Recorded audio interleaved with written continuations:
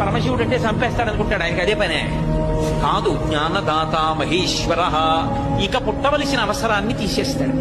ఇహమునందు భోగమిస్తాడు, లోపల జ్ఞానం ఇస్తాడు.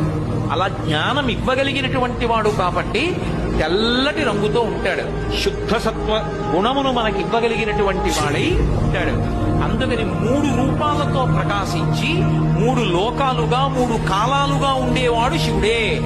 ఓ 3వ కందు ఉన్నటువంటి పరమశివ, శివే సృష్టి చేసినప్పుడు బ్రహ్మ, నిలబెట్టినప్పుడు విష్ణువు, పడగొట్టినప్పుడు శివుడు.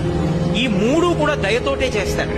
మరి ఎందుకంటే పడగొట్టడం 90 ఏళ్లు రానివ్వండి, 130 ఏళ్లు రానివ్వండి, పడగొట్టకుండా ఉంటే బాగుంటుంది.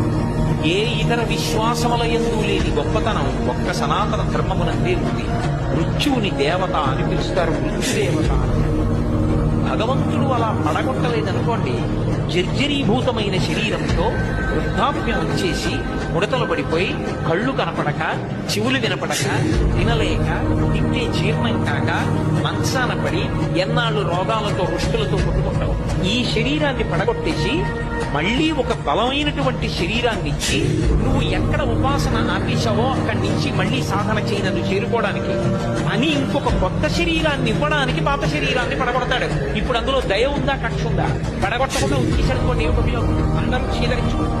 అందుకని పరమేశ్వరుడు సృష్టి చేసినప్పుడు, స్థితి చేసినప్పుడు, ప్రళయం చేసినప్పుడు కూడా దయామయుడై ఉంటాడు తప్ప దయ లేకుండా